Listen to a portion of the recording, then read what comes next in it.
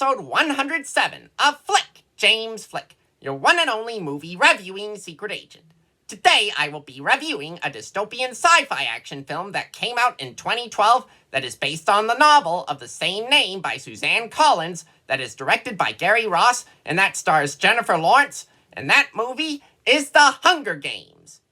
So this book-to-movie adaptation has just started, and so far, our main character, Katniss Everdeen, played by Jennifer Lawrence, is pretty good with a bow and arrow.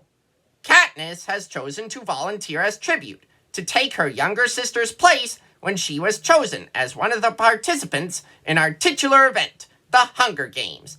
That is pretty courageous of her, I would say. I volunteer as tribute! At the same time, Peeta Mellark, another secondary character, played by Hutcherson, was chosen as the boy tribute from District 12 of Panem, here once known as North America, for the Hunger Games. Man, that is a super fast futuristic-style bullet train that Katniss Everdeen is on right now. Cinna, Katniss's stylist, played by Lenny Kravitz, who, mind you, is also a musician who is known for songs like Fly Away, is consoling Katniss about her fate of being chosen as the girl tribute from District 12 of Panem, and telling her about how sorry he is that this had to happen to her. I feel the same way about my seizures nowadays.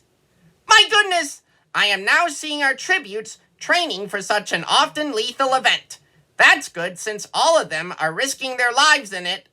Wow! She shot an apple with that bow and arrow. It just goes to show you that she is pretty focused for an archer.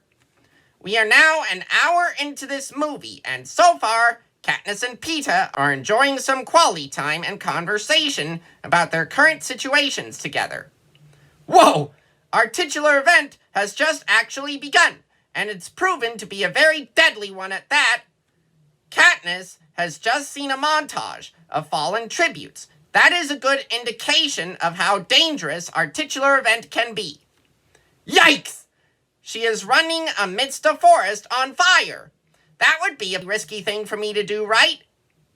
So we are now hearing about tracker jackers, which for those of you who don't know are a genetically engineered and potentially dangerous type of wasp. Man, I wouldn't want to be around any kind of wasp for the risk of being stung by it if I could help it, because that would hurt a lot. Ouch! Oh my goodness!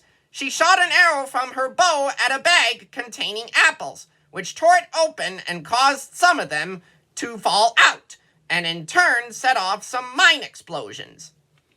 So it has been announced that 2 tributes instead of 1 can survive and triumph now.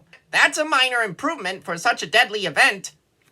We are now 2 hours into this movie, and so far, as we get closer to the end of it, Katniss and Peeta are learning to make the best of their deadly situations.